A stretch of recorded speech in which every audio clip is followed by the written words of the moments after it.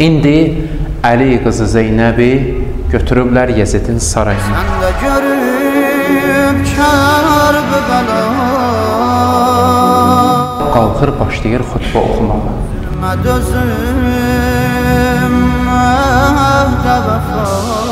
Heç kimdən icazə almadan başlayır söhbətə.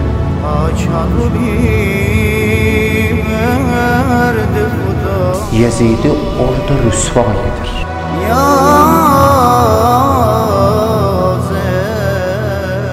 Əzənəntə ya Yezid, bütün çare yollarını bizə bağladın. Artıq bu zülümdən biz xilas olmayacağıq. Doğrudan mı sən Yezid belə düşünürsən? Bizləri əlimizi qolumuzu bağlayıb, şəhər-şəhər, küçə-küçə əsir tək gəzdirib, bugün qarşında bu cür saxlamaqla bizləri zəlil edib, özünü əziz etdin. Həqiqətdə həmişə qan qılınca qalib gəlib. Xanım Zeynəb buyurur, məhlən Yezid, aram get, ahəstə get bir qədər. Bu qədər də məğrur olma, bu qədər sevincək olma. Məsəl var el arasında, axırda gülən yaxşı gülən. Əvvəldə gülmək yaxşı deyil. Həyat da göstərib, təcrübə də göstərib ki, əvvəldə gülənlər sonda ağlayır. Sən də görüb Kərbəla, zülmə dözüm, əhdə vəfa, akadubi verdi Xuda. Ya Zeynəb, ya Zeynəb, ya Zeynəb, ya Zeynəb.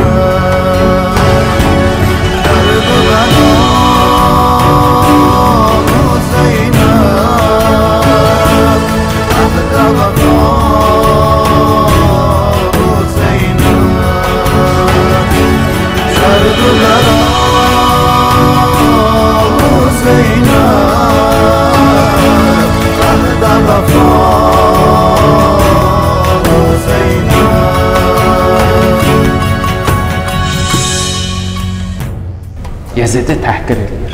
Nə deyir ona? Deyir ki, yəbnət tüləqa, ey azad olmuşların evladı, ey azad olmuşların balası. Üzünü tutdu onu, dedi ki, yəbnət tüləqa, ey azad olmuşların evladı. Sən deyəsən keçmişivi unutmusan, hatırlayayım sənə ki, sən kimsən? Sən biz Əhl-i Beytin qulunun oğlusan. Yəni, sən də bizim qulumuzsan. Sən niyə unutmusan keçmişivi? Sənin hələ də alnında o damğa var. Səndən sonrakilarda da o damğa var. Cəddim Rəsulullah sizin alnınıza bu damğanı vurdu.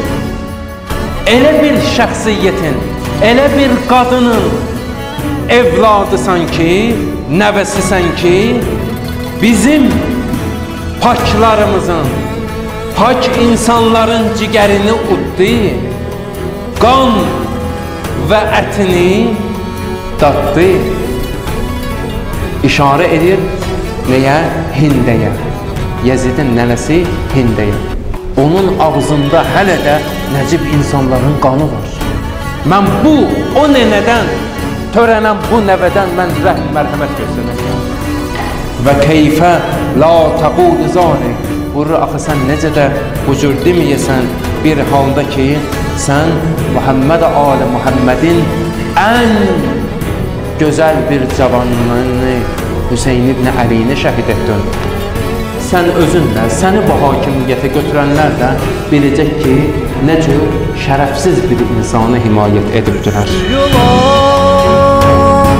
Şamə sarı sənləsinlər qatarı bildi səni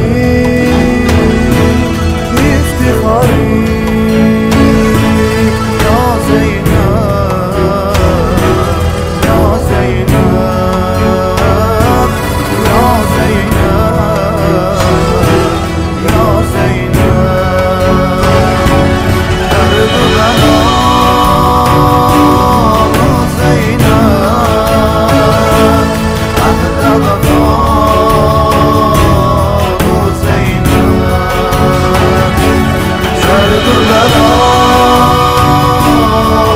Zeynep Əhdə vəfalı Zeynep.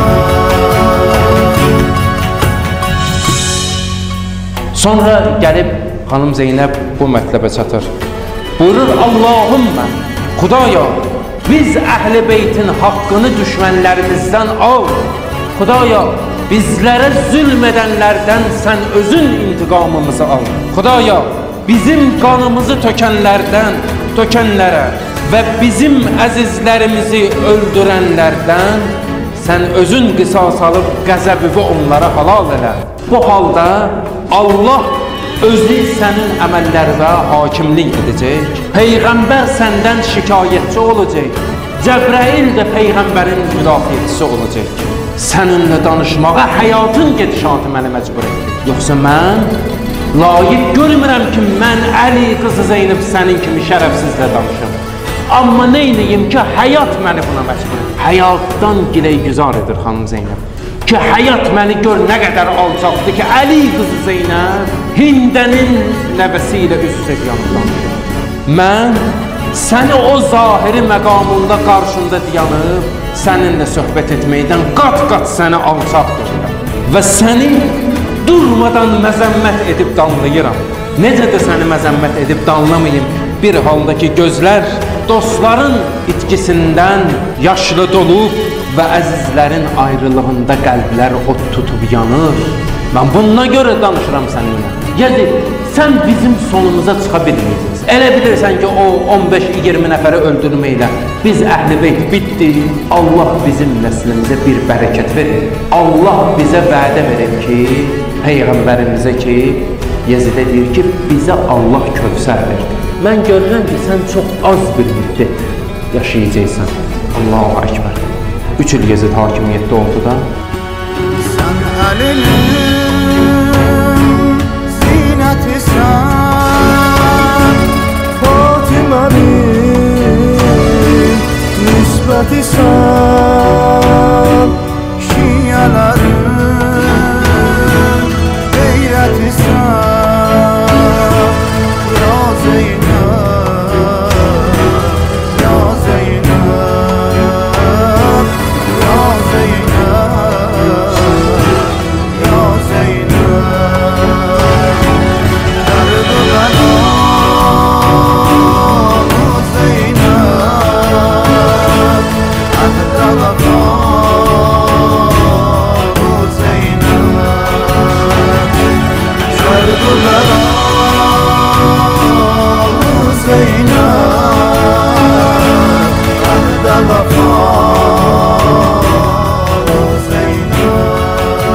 Xanım Zeynəb buyurur ki, Yezid, mən sənin həyatını bir neçə gün görürəm.